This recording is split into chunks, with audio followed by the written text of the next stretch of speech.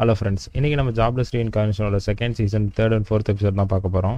இந்த எபிசோடோட ஸ்டார்டிங்கில் ரூடியஸை தான் கட்டுறாங்க. உங்கள் கையில் தங்க காசே இல்லையா, என்கிட்ட வாங்க. நீங்கள் ஃபீஸ் கட்ட வேணாம், டெபாசிட் கட்ட வேணாம், ரெண்ட்டு கூட இல்லை. மரங்களாலே கட் பண்ணி செய்யப்பட்ட பெட்டும் தலைவாணி கொடுப்பாங்க. என்ன கொஞ்சம் பெயின் புழு தான் இருக்கும், பார்த்துக்கோங்கிறான். நான் கொஞ்சம் மாடர்ன் பை, ஆனாலுமே இந்த பாத்ரூம் எனக்கு ரொம்ப பிடிச்சிருக்குன்னு ஒரு ஓட்டையை காட்டுறான். அப்புறம் இவங்க சர்வ் பண்ணுற சாப்பாட்டை பற்றி சொல்லி அவனு ரொம்பவே நல்லா இருக்குங்கிறான். நாங்கள் இவ்வளோ அருமையாக கட்டப்பட்ட ஒரு ப்ரிசனில் தான் மாட்டிக்கிட்டு இருக்கேங்கிறான். இவனுக்கு போட்டுக்க ட்ரெஸ்ஸும் தரல, இவன்ட்டு எல்லாத்தையுமே பிடிங்கிட்டாங்க. இவனும் யோசிச்சு பார்க்குறான், இப்போ என்னோட மேஜிக் யூஸ் பண்ணால் ஈஸியாக இதை உடச்சிட்டு வெளில வந்துடலாம். இது வெறும் மரம் தான், ஆனால் இது ஒரு மிகப்பெரிய அடர்ந்த காடாக இருக்குது. அதனால் நான் வெளில வந்துட்டாலுமே இவங்களை அடிச்சுட்டு வெளில போனாலும் என்னால் எங்கிட்டு போய் எப்படி டவுனுக்கு போகிறதுன்னு பார்த்து தெரியாதுன்னு யோசிக்கிறான். அங்கே இருக்கவங்களும் இவங்க கிட்ட வராங்க. இவனும் அவங்கள்ட்ட பேஸ் லாங்குவேஜில் பேச ட்ரை பண்ணுறான். நான் நீங்கள் நினைக்கிற ஆள் இல்லை, நாங்கள் சும்மா காப்பாற்ற வந்தேன்னு. ஆனால் அவங்க அது எதுவுமே கேட்காம அவங்க இருக்க அழுக்கு தண்ணியை மேலே ஊற்றிட்டு போகிறாங்க. அவனும் அங்கே எத்தனை நாள் நம்ம இங்கே ப்ரிசனில் மாட்டிட்டு இருக்கோங்கிறத கவுண்ட் பண்ணிக்கிட்டே இருக்கான். என்னை வாரியும் எஸ் சீக்கிரம் வந்து காப்பாற்றினா நல்லா இருக்கும்னு யோசிக்கிறான். அப்படியே அங்கே இருக்க மக்கள் தினசரியாக என்னென்ன செஞ்சு வராங்கிறதெல்லாம் அப்படியே காமிக்கிறான். எல்லாமே இங்கே நேரம் மாறி மாதிரி தான் நடக்குது, ஆனால் நேரம் மாறாதான் நடக்கிற ஒன்றே ஒன்று தான், அது என் மேலே தண்ணி ஊற்றுறது தாங்கிறான். பார்த்தா இப்போயும் வந்து ஊற்றிட்டு போகிறாங்க. இவன் அப்படியே டே 3 டே 4 போய்கிட்டே இருக்குது. இவனுக்கும் போர் அடிக்குது இருந்தாலும் இவன் வந்து அமைதியாகவே இருப்பான், அதுதான் நமக்கு நல்லதுங்கிறான். இப்போ பார்த்தா புதுசாக ஒரு பிரிசனை கூட்டு வந்து இவன் ஜெயிலில் போட்டுடுறாங்க. அந்த புது ஆளுக்கு இவன் பார்க்க கடவுள் மாதிரி இருக்கான். உள்ளே வாங்க ட்ராவலர், உங்களுக்கு இதான் புதுசு போல இருக்குது அப்படிங்கிறான். அவனை என்னடா சின்ன பையன் நம்மளை கலாய்க்கிறேன்னு பார்க்குறான். பார்த்து பேசு, நான் உன்னோட இங்கே அதிக நேரம் இருந்திருக்கேன், அப்படின்னா நான் தான் உனக்கு சீனியர் இருக்கிறான். அவரும் இப்போ கேட்குறாரு, நீ என்ன தப்பு பண்ணிட்டு உள்ளே வந்தேன்னு. நான் இவங்களோட நாயை கடத்திட்டு போயிட்டேன், நான் உள்ளே பிடிச்சி போட்டாங்கங்கிறான் ரூடியஸும் நீ என்ன பண்ணேன்னு கேட்டுக்கு நான் சும்மா கேம்லிங் பண்ணேன், அதுக்கு என்ன பிடிச்சி போட்டாங்கங்கிறான். அவரு என் பேர் என்னன்னு கேட்டதுக்கு ரூடியஸ்னு சொல்கிறான். அப்புறம் அவனு கேட்குறான், வெளில நீ எங்கேயாவது இந்த மாதிரி எரிஸ், அதாவது ரெட் கலர் ஹேர் இருக்க பொண்ணு இல்லை ஏதாவது மொட்டை அடிச்ச மாதிரி யாராவது பார்த்தியான்னு. அவனை அப்பெல்லாம் நான் யாரையும் பார்க்கல, ஏன் அவங்கள்ட்ட உன் மணி எதுவும் கொடுத்து வச்சிருக்கான்னு கேட்குறான். இல்லை, நான் இங்கே தப்பாக ஃபால்ஸாக அக்யூசியேஷன் பண்ணி கொண்டு வந்துட்டாங்க, அவங்க தான் என்னை காப்பாற்றிருக்க ஒரே ஆளுங்கிறான். இப்போ ரூடியஸ்க்கு மசாஜ் பண்ணிட்டு இருக்கான். நைட் ஆயிடுச்சுன்னா ரூடியஸும் கேட்குறான், ஏன் தப்பிச்சு போக வழி என்ன, உனக்கு சென்ட்ரல் போக வழி தெரியுமான்னு. அவனுக்கு கொஞ்சம் வெயிட் பண்ணுவான், அவசரப்பட்டு எதாவது முடிவு எடுக்கணுங்கிறான். அப்போ அவங்களுக்குள்ள சின்ன சண்டை வருது. அதாவது ரூடியஸ் நான் பொறுத்தது போது இப்போ போகிறேங்கிறான். நான் அவன் கொஞ்சம் வெயிட் பண்ணி விட்டுட்டு போகாத என்னை தனியாங்கிறான். இப்போ பார்த்தா அங்கே கார்ட்ஸ் யாரையுமே காணா. ரூடியஸும் அதை நோட் பண்ணிட்டு அவன்ட்டையும் கேட்குறான். பார்த்தா பக்கத்தில் அந்த கார்டு ஃபுல்லாக பற்றிக்கிச்சு. இப்போ இவங்களோட கேஜுக்குமே ஃபயர் வந்துருச்சு. ரூடியஸும் டக்குன்னு அதை ஓப்பன் பண்ணிட்டு வெளில வந்துடுறான், என் கூட வான்னு சொல்லிட்டு. பரவாயில்ல, இந்த அளவுக்கு பண்ணுறதுனால தான் நீங்கள் பாஸாக இருக்கீங்கிறாரு அவரும். இப்போ தான் நமக்கும் காட்டுறாங்க அந்த வில்லேஜில் என்ன நடக்குதுன்னு. ஆக்சுவலாக அது வைல்டு ஃபயர்லாம் இல்லை, அங்கே இருக்க தீஃப் தான் வந்து இவங்களை கடத்திட்டு வர போயிருக்காங்க. அதாவது இந்த பேஸுகளெல்லாம் விற்று அதிக காசு வருங்கிறதுக்காக இவங்க ஏரியாவை கொளுத்தி விட்டு இவங்களை அப்படி கடத்திட்டு போகிறாங்க. இப்போ அங்கே ஊர் மக்கள்லாம் பர கஷ்டத்தையும் ரூடியஸ் பார்க்குறான்.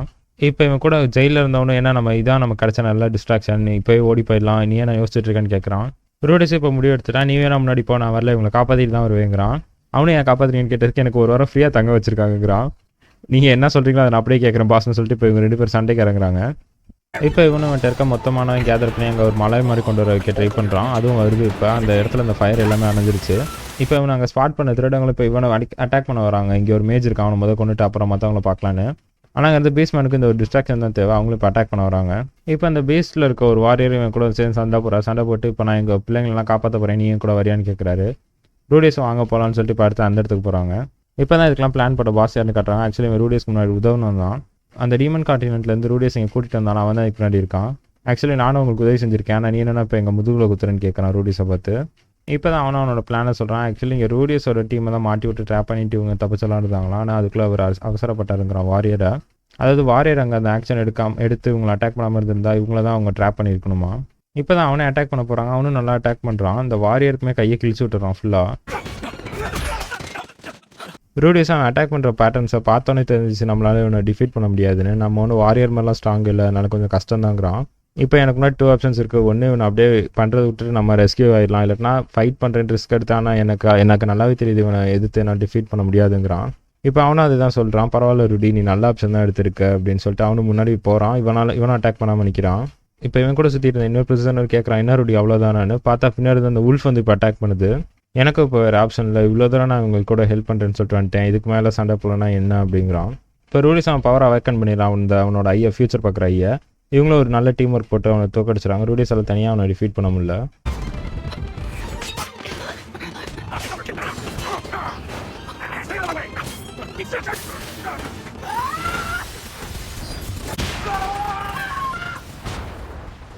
ரூடிஸ் அங்கே அதோட மயங்கிடுறான். அடுத்த சீனில் அப்படியே கண் விழிச்சு பார்த்தா அங்கே எரிசும் இவனும் வந்துட்டாங்க, வாரியர் வந்துட்டாங்க.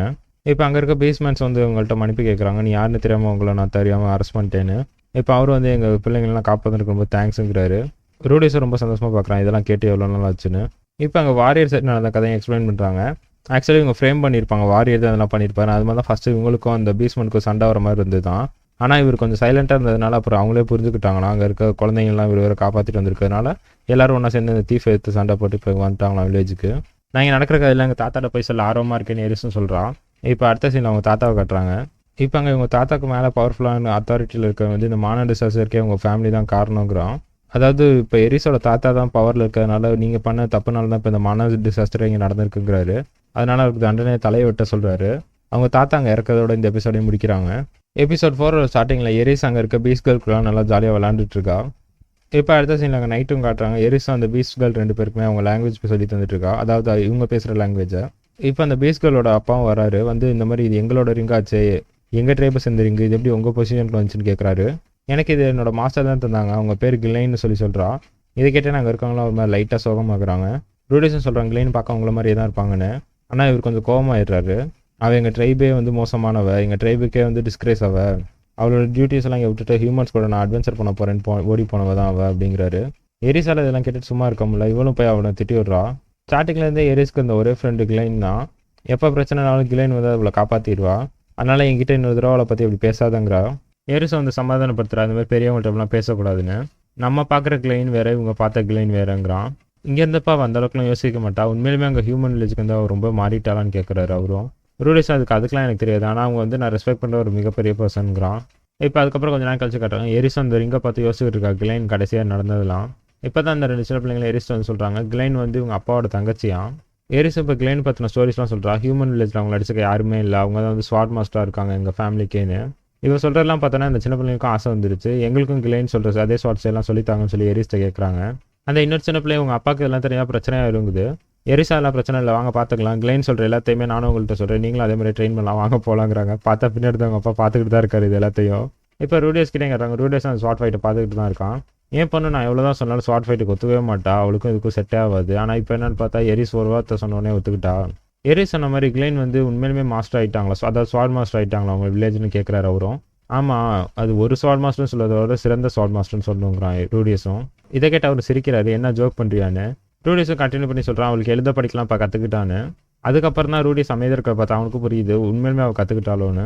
மனுஷங்க எப்பவும் ஒரே மாதிரில மாறிக்கிட்டு தான் இருப்பாங்க, நீங்கள் பார்த்தா அதே கிளைனாலாம் இப்போ இல்லை, அவங்களும் மாறுவாங்க அப்படிங்கிறான். இப்போ எரிஸோட காட்டுறாங்க. இவங்க இந்த டவுனுக்கு வந்து 3 மாதம் ஆயிடுச்சான்.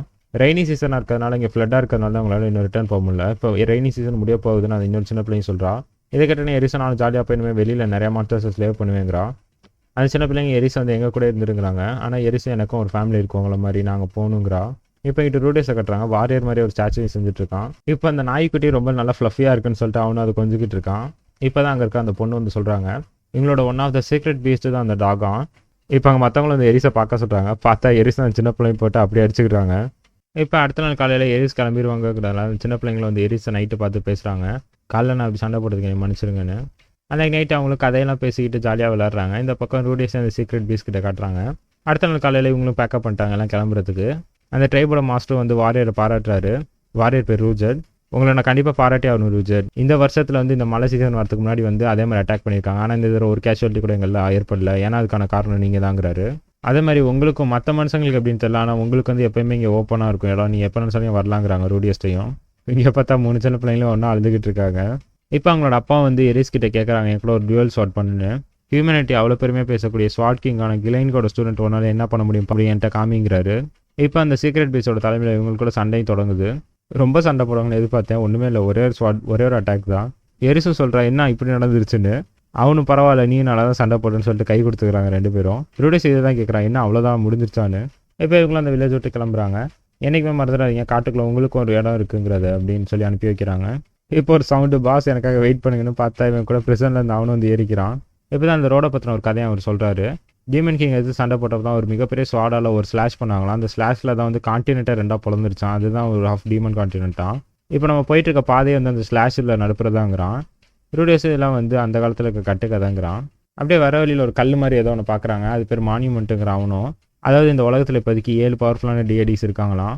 அதாவது ஒவ்வொருத்தவங்க காட் பேரையும் சேர்த்து சொல்கிறாங்க. Technique god, dragon god, demon god, battle god, death god, sword god. அந்த ரூஜட் வாரியரும் சொல்கிறாரு நானும் இந்த 7 பேரை பற்றி கேள்விப்பட்டிருக்கேன், இவங்களை எதிர்த்து சண்டை போடுங்கிறதுக்காக தான் நான் ட்ரைனிங் எடுத்தேங்கிறான். இந்த உலகத்தில் இருக்க பவர்ஃபுல்லான டிஐடிஸ் தான் அவங்கங்கிறான். இப்போ அந்த 7 பேரில் 4 பேர் மட்டும் அடிக்கடி அங்கிட்ட இங்கிட்ட தென்படுவாங்க அப்படின்னு சொல்லிட்டு இருக்கான்.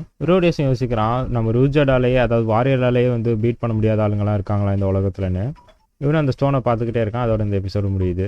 இந்த எபிசோடு எப்படி இருக்குங்க மறக்காமல் கமெண்ட் பண்ணுங்கள். அடுத்து வேறு ஏதாவது அனிமி பண்ணணும்னா அதையும் சொல்லுங்கள். அடுத்த எபிசோடில் பார்க்கலாம்.